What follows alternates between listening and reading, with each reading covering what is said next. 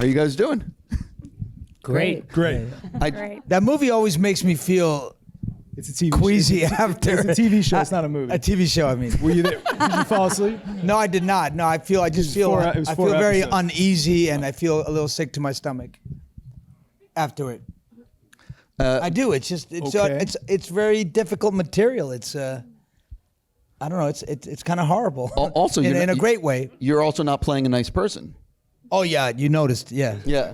Yeah. It's what I said at the beginning. But Yeah. listen, I got a million questions for you guys, so let's jump right on in. John, thing. this is your first dramatic leading role, and I just want to know in a series. in a series. I'm In so a sorry. dramatic series. Sorry, my bad. Yeah. But I just have to ask. Thank you. How the F did it take this long? Well, you know the business. You know how Hollywood works. It's been difficult being a Latin man in the industry, in Hollywoodened. It's just a fact, you know, and you know they're not. There's a lot of talk about doing Latin stories and people of color stories, but it's a lot of talk. There's a little more inclusion in terms of our appearance in movies and commercials and TV series, but our stories are still not being told. So it's hard to get a role of this complexity in a leading role. They're hard to come by. There's a lot of, you know, sidekicks and smaller parts, but not important parts. Isabelle, I'm gonna jump down to the end. I know you're super excited to answer. This is your first big role. This is like a big deal for you. So what is it like being a part of a show like this and, you know, getting cast? Well, this was my first job ever. So. Woo! And yeah. You did great. You rocked it. Thanks. I had an amazing experience being on this set and doing the show with everyone. I feel really grateful. I was able to work with such talented actors and have Aram as a director who's incredible. And woo! Yeah. Good answer. Thank you. So listen, I know it's a little bit generic, but talk a little bit about talk a little bit about the network, because what people don't realize is how instrumental you are specifically in the network. Yes, I mean, I think going back to the question on why has it taken John so long to play a leading role, or to find roles like this, and I think that we made the show and had to create a network to find a home for it, and I think that was the important sort of implication for this whole thing that's ballooned into what will be 8 original shows this year. But I think originally we set out to make a really unique show that told historical fiction, but was super thought-provoking. And luckily, we had John Ortiz, who came in and was willing to roll up his sleeves and sort of trust us in that indie space initially. Who was really, between the two Johns, they were instrumental in sort of anchoring how we Two looked Johns at for the price of one. how we look. 2 Johns for the price of 0.001. No, but they were instrumental in how we looked at oppression through this lens, and they sort of anchored the veracity of this, and that was something that no one was really going to greenlight.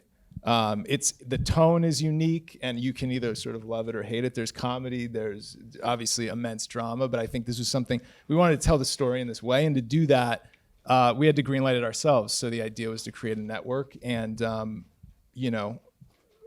hopefully out of that stems compassion for other filmmakers and showrunners looking to do the same thing, because we know that there's a lot of interesting stories that just don't get told. Yeah, it's crazy what you're network mandate. Yeah, you're expecting, Latin people are 20% of the population, black people are 14%, and the stories aren't being told, and they're not being greenlit. It's crazy. I mean, the story of Native Americans, this is based on true historical facts that the Aram dug up, that in the 50s, FBI was coming up with excuses to take Native American children from governmental agencies. Were taking children from their homes so they couldn't inherit the land, so they can give it up to And for assimilate as quick as possible. Right. And you pitch the story everywhere and to deaf ears and a lot of smiles, but no one's greenlighting it. So you have to take matters into your own hands, and that's what Aram did, and it's incredible what you've done. The network the network is free, and free is for me always, and it's the network.stream. That's right. This is a question for everyone on the panel. What was it about? I guess for the actors more, but what was it about this material that said, I need to be a part of this, I want to do this? Is that not evident? I'm sorry. Okay. Well, it just hasn't been told. You know, I think you know, living now, I think we can all agree that it's complex, to say the least, and mind-boggling. And, you know, that old saying of, like, you got to look back sometimes to figure shit out now, holds true. And, like, to some extent, you know, and especially if it's about, if it has to do with historical events, and I'm a fan of historical fiction, I'm a fan of history. I'm a fan of the kind of history that wasn't in my history class, you know, which is what this is about. And then, of course, when I heard that John was going to lead in it, you know, the other cute, in quotation marks, aspects about Hollywood is that even if you do have one John, you can't have the second John in the same project. My God, it's I don't so care how true. small the other John's role is. It's so true, man. It's so true. Yeah. So it took us, you know, 30 years to actually be in a project where we had scenes together where I could see his face. So that was a big thrill for me because, you know, he truly is, you know, the word gets tossed around lightly, but John's iconic for all the right reasons, and he really is a legend, you know. So I just wanted to play with him, you know, and We had. I mean, it's fun. It's dark, but it is still kind of fun to act it. yeah, and then the timing of it. I'm not sure if you guys know, but we shot this in 2020 during the election. Leading up to And the COVID. election. And COVID, yeah. But we were in upstate New York, and it's just like, there was something about, you know, the juxtaposition of like apocalyptic feelings mixed in with this bubble of community that was built around this story that meant so much to all of us. That felt reassuring. It felt inspiring. It felt like something I was honored to be a part of. And I have to, just to add to that, when John and I was writing this and kicking it to John because I knew John was going to play this role and we were going back and forth. And I said, who can we bring in to anchor this, the John Ortiz role, basically? Because you have to be so like forthright and trusting and immediate in how you play that. And it was going to be so important that it wasn't this like stereotypical moment for a Latin actor or a native actor to just be victimized. There needed to be like humanity there. And so we talked about this a lot. And John said, it's got to be John Ortiz. Like, he's the only one. And we did spend some time kicking John's scripts and talking about it and going. And I think like your thoughtfulness through that through that prep process teed us up for a lot of trust here, because without that trust, I don't think there would have been the play and the ability for you to sort of like emotionally throw yourself in to that and lose your kid and be able to be there in the moment. Because we shot very quickly. There wasn't a lot of time to. How many days did we shoot this in?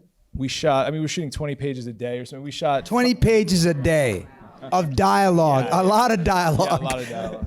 Yeah. That's rough. That's rough. Yeah, that was rough. But it doesn't. I mean, the quality's still there. That's what's crazy. I mean, usually when you're doing 20 pages a day, there is a loss of quality. But not here, because everybody was so committed and so mad prepared there was never a wasted moment, and every moment was electric. And I mean, the cast that Aram assembled here is so powerful, and a credit to all of you, because it was so difficult and so harrowing, and all of you showed up like troopers and champs. Yeah. Hani, can you talk a little bit about what was it about the role? I mean, Mabel for me is a character that I very much can see myself in. She's a strong woman, a feminist before her time. I can imagine myself being a woman of the 50s and, being one of the 1,000 pilots that, I would want to imagine myself that way. Definitely a story of, on the woman's side of the story, that I very much wanted to tell.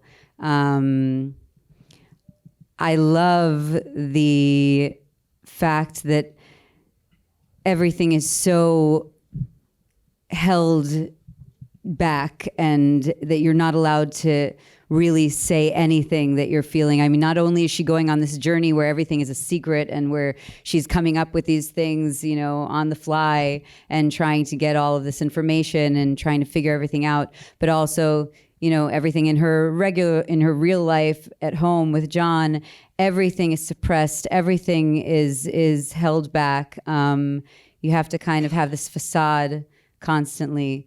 That is very intriguing to me and exciting and fun. The tension, I like playing with things like that. Yeah. Everybody was oppressed in the 50s. Yeah. Latin people, black people, indigenous people, white women. Yeah. And I think, this is a story about identity overall, and just everyone had a hidden identity. John's character wanted to be something different. Both John's characters, the women.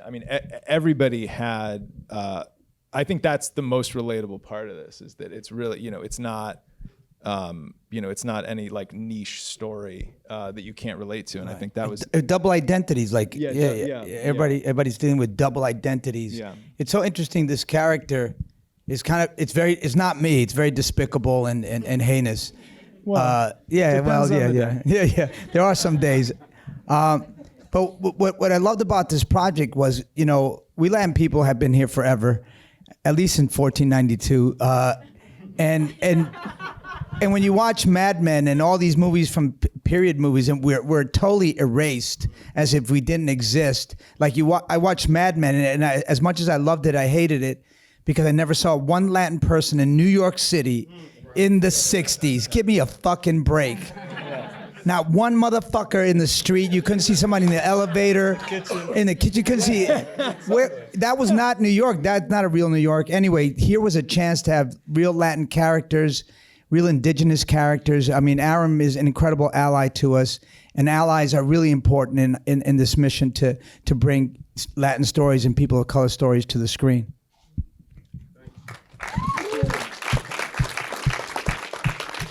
I was going to say, if you wanted to add a little bit more about what was it about the role that excited you, Isabelle? For me? Yeah.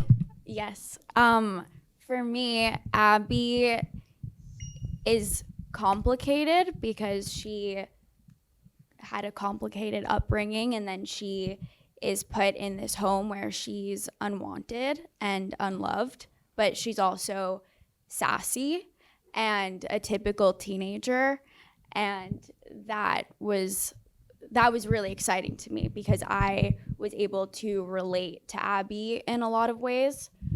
And she's also very strong and fearless. And I'm honored I got to play her.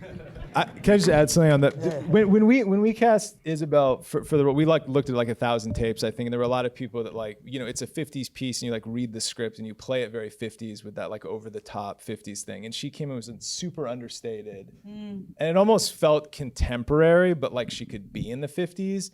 And so that was almost I attribute her casting her to tonally what this piece is.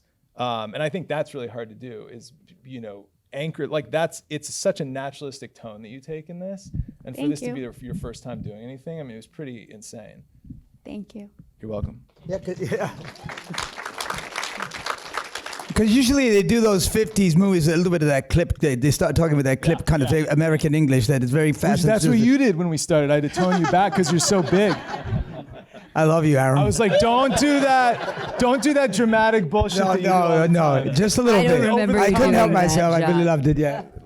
Let me help you. Tell them the yourself. theme of this piece. Tell them the theme of this piece. Helping you be a better actor.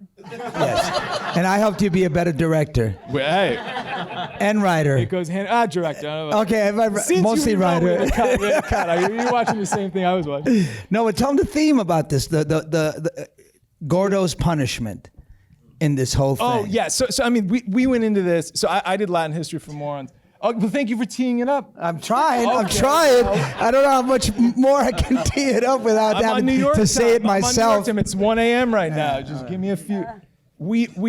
I was working on Latin history for morons with John. He graciously let me direct that for him, and I didn't really understand much about Latin history, but every night when I would watch this show, Nobody in the world did.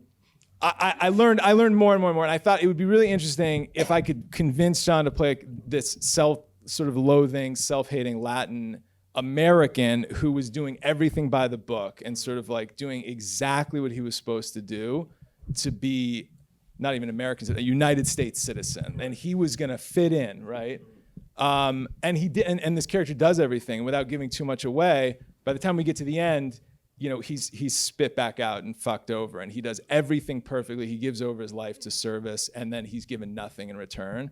And I think for me, it was like, this is where we're at today, right? I mean, it's like we can veil this stuff and like the proactivity that we're doing, or like the initiatives to or inclusion initiatives. But the reality is, when we started working with Native advisors, when we was talking to John, it's like Native people, Latin people, they're still put in this box where like filmmakers are like, you can play a nonfiction character, you can play something that's factual, something that a Latin character would have done, or something that a Native character would have done.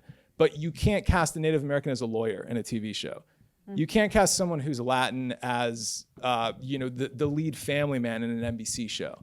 Like, we're just not there yet. And I think for me, what was super important was to take the risk and try to be an ally and show that there is this fiction that we can bring to minority roles, and it's okay to do that. With the right guidance and honoring culture, like, we can bring those roles to the forefront, and that's okay. And that was something that I'm really proud of, is that working with Melissa Tantaquidgeon from the Mohegan tribe, working with Irene Bedard, who played John Ortiz's wife in the show, we were able to get to a point where we're like honoring culture and these characters without directly pulling or appropriating history. And that was something that we wanted to do, that we really were striving for. And it's really powerful piece. I think my mic is in. Thank God. Here. Wait, switch. I'll switch. Yeah. So we Latin people are at a really important crossroads where we're finally accepting that we're indigenous and accepting our Afro-Latinidad. And we hadn't been before. So in this piece, it's fascinating because you're going back into the 50s, and this man is self-hating, and he's in denial of his indigenous roots, and is trying to be what the FBI wants him to be. And the more he turns on his people, like when you see on Fox News, you see the border, and you see the people who are the border patrol are all Latin people who are seizing these children and seizing these women looking for a better life. And you see it, and sometimes self-hating people of color are the worst perpetrators of crimes on ourselves. But imagine pitching that show, right? Like, we're going out pitching, like, John's gonna play, like, you all know, you walk into a room, everyone's, oh, I love John. John's won an Emmy. John won a Tony. John was nominated for a Golden Globe. Oh, you played 160 roles in your career. Oh, you're one of my favorite actors. Not all of them great, though. Until now, thanks to me. But that's neither here nor there. Thank you. But He's very needy. but just like actors. No, but we would go into these rooms and people just didn't understand. People just didn't understand this self-loathing character and what we were trying to do. It's like we had to literally create a network to be able to offer the opportunity to play a role like this. And it's still mind-blowing today. Like, I'm super grateful that we did, and John trusted this, and John trusted this, and we were able to take it to screen. And Hani and Isabelle, thank you very much. But it's still mind-boggling that, like, after, you know, I mean, how old are you now? You're 102, so that's In Hollywood years. yeah, okay. So after all these years, you know, it still took that to bring this character to screen. I just want to say I'm really happy that you managed to pull this effing thing off. Thank you. Now moving on to my real question. So this is for each of you. You see the shooting schedule. You know what's in front of you. You know you got to make your pages. What scene did you have circled, or what day did you have circled in terms of, I can't wait to film this, or how the F are we going to film this? Isabelle, you want to start with that? You can tell the story about how you broke down on day one. Had a nervous breakdown. That is true. For real? Yeah. In hair and makeup. Tell us. Yeah, talk It about makes it. me sound like a diva. No, it's true. And It I'm was your not. first day on set, too. I was very, very nervous because it was my first day. I don't really remember. I didn't like my hair. Yeah. Is that what? I didn't like my hair. And I went to Aram crying before we started shooting. But I don't know, was it something specific that I didn't like? Or I Who's was to just, I was terrified. And at that point, I only knew Aram because we had talked before Yeah. getting to set. And so I guess that's, why am I telling this story? Well, I would say that first scene. On the spot. The first scene was terrifying for you. Answer his So the question. first Answer scene- his question. What scene were you looking forward to most doing? Thank you. wasn't even Our the fight question. scene was my Oh, favorite yeah, that was a great scene. The one, This where one. you're trying to escape in the window? Yeah. Oh, wow. Why? Because it was exciting. As well. I mean, it's very disturbing, Very disturbing. but that's exciting. Yeah, it's true. And I wanted to do that. I wanted some action too. Yeah. Hani, your turn. Let's keep this pace. We're losing them. I don't know. I don't really have. I never really have scenes that I don't know. I'm kind of going through the whole thing and taking one day at a time. So I can say that looking back, I remember the dining scenes. They're kind of like a bunch of these dining room scenes, which I loved the home scenes, like all these scenes of us at home, all of our family dynamic, and you know,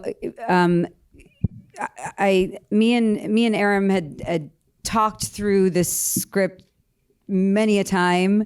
John and I didn't really get to do much rehearsals, but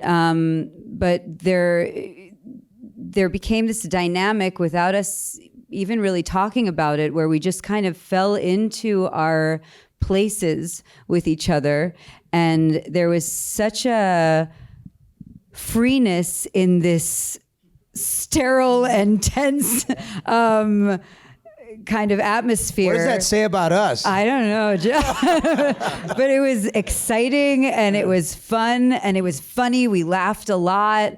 It was just really thrilling, and a moment that was difficult. That I mean, John, I don't know if you got to see it today. I don't remember if that moment happened, but when you really get angry with me, and they didn't. Okay. So something that happens later on, and I had to react. And with John, it really was so easy for me to just kind of watch him do his whoa thing, and me just kind of have to take it in and react. But there was this one thing that I had to really. It had to really rattle me, and I couldn't. I couldn't let him in for some reason. And Aram, who just really would let us play, so freely. He was like this presence that was there, that we knew he was there, and we trusted that as long as he wasn't interfering. Everything was going well. And I just couldn't, I just looked at him. I was like, I can't, something isn't working. This isn't real. This isn't happening. And he just said, come here. And he took me into the other room, into the kitchen. And I don't remember what you said. But it worked. But he said one sentence. I remember that it was one sentence. And I just went, okay. And we went back and we did it. And one take and we got it. Do you remember the sentence? You're fired if you can't get this right. And so I left. And you nailed it. Nailed it. I was really looking forward to the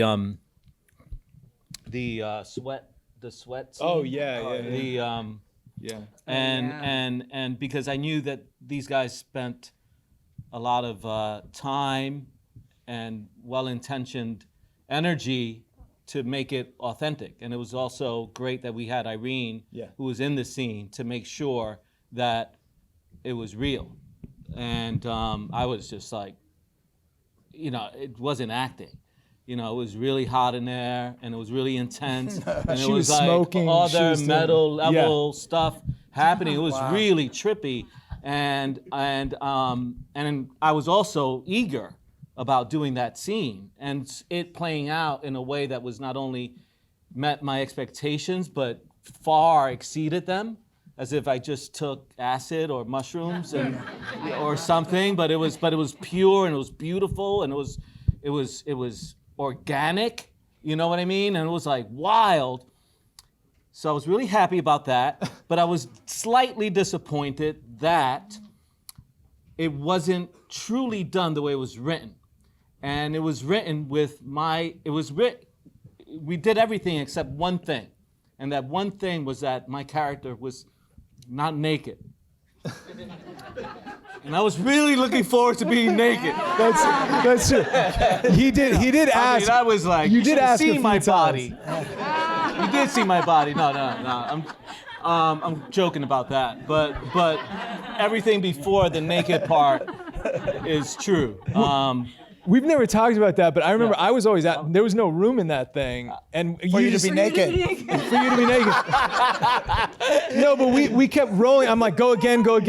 We just kept going, and then eventually it was like, oh, we got it. I was so happy, and I saw you stumble out of that thing, and you were like, you almost stood up straight, and I was like, oh shit, that was abuse. That it was was- straight up. Like you just stayed in there for 3 hours. Yeah, it was great. And she's It was smoking, and you're like, I mean, it was amazing. It was unbelievable. really amazing. It was like No, it was really the like this- real deal. Yeah, Yeah. yeah. And I'm actually really relieved that I wasn't naked. Well, you were naked from the waist down. We just didn't see it. I guess it's my turn. Yeah. I think the dining room scenes were incredible, as Hani was saying, because we had about 3 or 4 of them, and we had to modulate it so because different things were happening in the script, and I had new information about what she was doing, and our relationship was changing. So we had to make sure that each time that we got to that dining room scene, that there were a lot of different factors, and our marriage was on the verge of falling apart. So each time a little bit more. So we had to keep playing it with subtle differences, and it was wild how Hani and I we were just so in sync. Yeah. And the levels of love, distrust, hate, sexual tension was always present. It was pretty wild. I gotta say. I've got 2. You wrote them that I'll be way. very Thank you. I'll be very quick. But the John is like an actor like no other. I'm just gonna say that. We shot 25 pages of dinner scenes in a single day, and there's a dinner scene in every episode of the show. And I would go in and I'd be like, this is where we're at in the arc. This is what you're gonna do. And he would go in and he'd say, okay, well, just in case, I'll give you 3 things. We'll do this version, we'll do this version. And every single time he was so immediate, responding to, like, it was like nothing I've ever seen before. This show would not have been possible. We would never have made the schedule if I don't think John had come up in theater doing one-man shows, if you hadn't done theater. Like, it's that training and like that diligence to be able to come in and do it that I don't think we would have ever been able to pull off. Anyways, Thank you. That was my compliment to you. Never again. The next, We got it on film, so I'll just play it over and over again. yeah, just cut out the other part. I think for me, the best scenes were the sex scenes, and that's not a funny thing. I'll tell you why. Thank Because you. Better tell us why. I'd never worked with an intimacy coordinator before. I'd never done sex scenes like that. I don't think anyone's done sex scenes like this before here. Like you'd never. I have. I've But- done a lot of sex, Oh, yeah. but without intimacy coordinator. All I'm saying is this intimacy coordinator. First time I had We got this intimacy coordinator from the Public Theater in New York, and I didn't know what to expect, but it was so liberating and so freeing to be able to choreograph these scenes through her, and like the actors felt entirely free to play with these like really, really violent scenes. Yeah. And it came out, and there was so much intention and action behind those. And so I think I know there's like a lot of chatter about intimacy coordinators. A lot of people are like, why do we need them? This is bullshit. I have to say, like, anyone that says that just hasn't worked with the right artist that can come in and like really make people feel comfortable, because it's an unbelievable experience. I think like, with her also, it wasn't just that she was making, I mean, I felt pretty comfortable, but she really helped us. She was a choreographer. It was choreograph it was it. unbelievable. Like, we were trying to figure it out. How are we going to do it? It was a small space, and how is this going to work? And she really like how we can use the dress, how we can use the fridge, Made it more real. Yeah, yeah. Allowed it to be as aggressive as it wanted to be without. So they gave us a box to play in, that we could Nobody just. gets hurt. Nobody gets disrespected. It makes it so much safer, easier, and everybody leaves respected. I still feel like your mic is like. I know. Do you have like what's going on with? Are you pressing things? I was. You're like you need like a fidget. You need a fidget thing. I'm a fidgeter. What do you want to test I have it? ADHD, and things. I mean, they're filming this. We got to cut all of your good answers because you All haven't right. been able to keep My them bad. open. My Wait, bad. we can hear you, right? I just want to make sure. No, now it's on. Yeah, you're right. I'm like, you're killing me. Sorry. Sorry. I know. Killing me. So I'm always fascinated by the editing process because it's where it all comes together. wow. So how did this get shaped in the editing room in ways you didn't expect going in? Oh my god. That's for you. Oh my god. Well, It's a long ass. wow. But not 10 minutes. Yeah. No. I think if anyone that's made a film knows that you like write something that's different, you shoot something that fucks it all up, and then you edit it, and that's completely different, and you just pray that no one sees the mistakes. But I mean, this was like a lonely process. I mean, like I cut this over the course of like 2.5 years. Because you did it mostly by yourself. Mostly by myself, alone. I would go and shoot a commercial, come back, cut another 3 weeks, go shoot a commercial, call John Ortiz and say, can you lay a line down on your iPhone to help me with this thing, and do that, to say the same thing to everyone else. And then this ultimately found like this, we didn't go into it with different VOs. We went into it without VOs, and then I realized like we needed to expand the story, and I wanted to try this thing. So that was like a recut on the show. And so did you realized in the editing room the different narration per episode? Correct. Yeah, that was in the editing room. We realized that would be I think it's a brilliant a good addition. mechanism to tell. I mean, I've never seen it done before, like a Rashomon kind of voiceovers. Like they're all telling us a different POV of similar circumstances and situations. Also, it's interesting because that must have been, so all that VO was done in the editing room or people on their iPhones recording.